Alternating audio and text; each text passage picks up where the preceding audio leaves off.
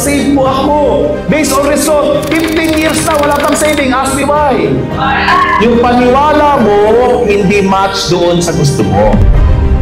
So kung ano yung financial life mo ngayon, ganun ka yung financial life mo hanggang mamatay ka. True or true? Bakit?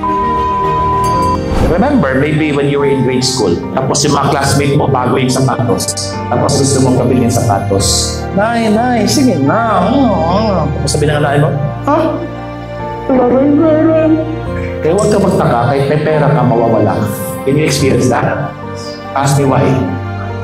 You prove to yourself, tama yung paniwala mo. Paulit-ulit.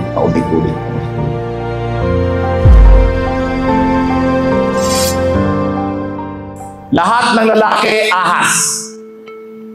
Yan yung belief mo. Na pumasok ka sa isang room, 100 lalaki. 99. Ilan? 99. Of this 100 men are faithful, are God-loving, are really committed, successful. Anything that you want in the world, kasama niya.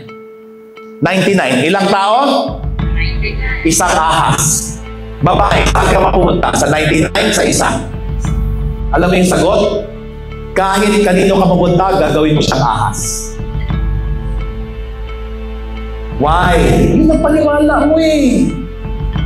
Sasabihin ni Coach Shinky, pinaka-importante mag-save. Opo, mag-save po ako. Based on result, 15 years na wala pang saving. Ask me why. Yung paniwala mo, hindi match doon sa gusto mo. Saan ba ito nanggagaling? Sulat natin. 50% ng paniwala mo, galing yan between 0 to 4-year-olds. Kalahati. Sino nagpalaki sa'yo? Mga magulang mo. So kung ano yung financial life mo ngayon, ganun ka yung financial life mo hanggang mamatay ka. True or true? Bakit? 50%. 0 to 4-year-old, buo ka na ngayon. Klaro tayo? 25% ng paniwala mo, you got it between 5 to 11 years old. At that time, nasaan ka? School. So, ibig sabihin yung belief system ng mga teacher na ipasa sa'yo. Lalo ng belief system ko na bobo ako.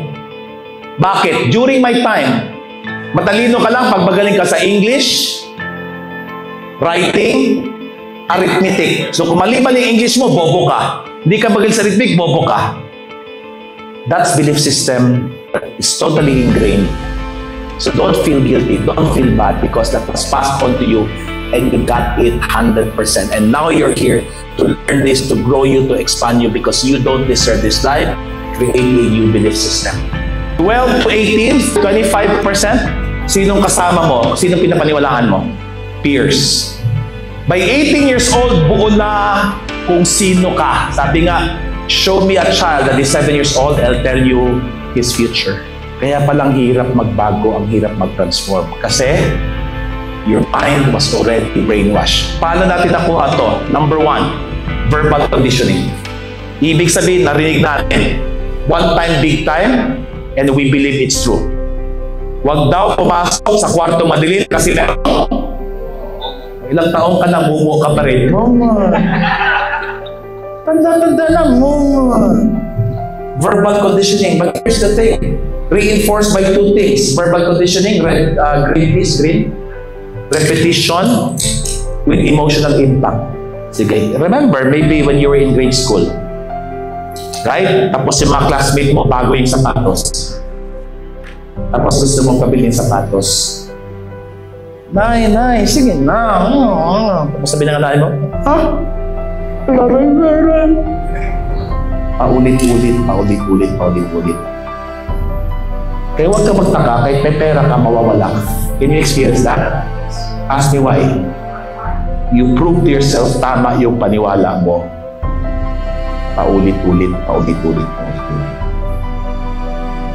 Verbal conditioning. Number 2, how did we get this? Is what we call modeling. Hindi mo narinig, pero nakita mo. Sige nga, paano ang kain sa bahay pag magkaaway si nanay at si tatay? Paano? Anong atmosphere? Tahimik? Nag-uusap? Hindi. Pag kinausap, anong sagot? Deadmahan lang. Huwag kang magtaka ngayon. Ganyan ka rin. Have we heard that communicating is important? How come we don't? Because nakita natin, ginaya natin. But I guess for me, the most impactful here is number 3. Verbal conditioning, modeling. Number 3 is what we call environment. Mga kasama mo. Narinig, nakita, kasama. Now, bakit mahirap magbago? Because again, personal development. That's why Coach Chinky made this, because halos lahat ng seminar na available online, nandito lang. Parinig, paulit-ulit. Ang problema niyan, it's only effective maximum 7%. Nakita, okay? It's 38% kasi dumikit, it becomes now an experience. 55% is what you call your kasama. Environment. That's why it's so important for you to be in TYL, because in TYL, lahat ng kailangan marinig about financial freedom is available. True or true? Ba't hindi pa nagbago? Kasi experiences like this will allow you to start seeing yourself differently. How does that feel like? Kanina, nag-iisa ka, nagtingin-tingin ka lang, tapos pinatayo kayo, tapos nagka-body kayo, nagka-small group kayo. Ano pakiramdam kanina, nanonood lang versus ngayon? Ano pakiramdam? Magaan. Masaya.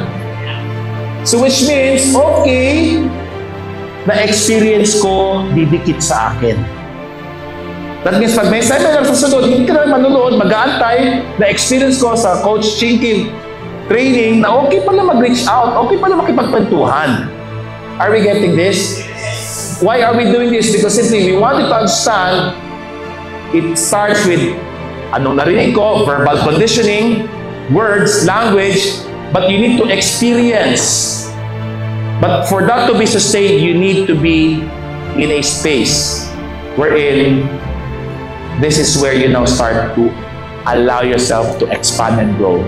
And that's where we now get to start to look into how you can create that financial blessing.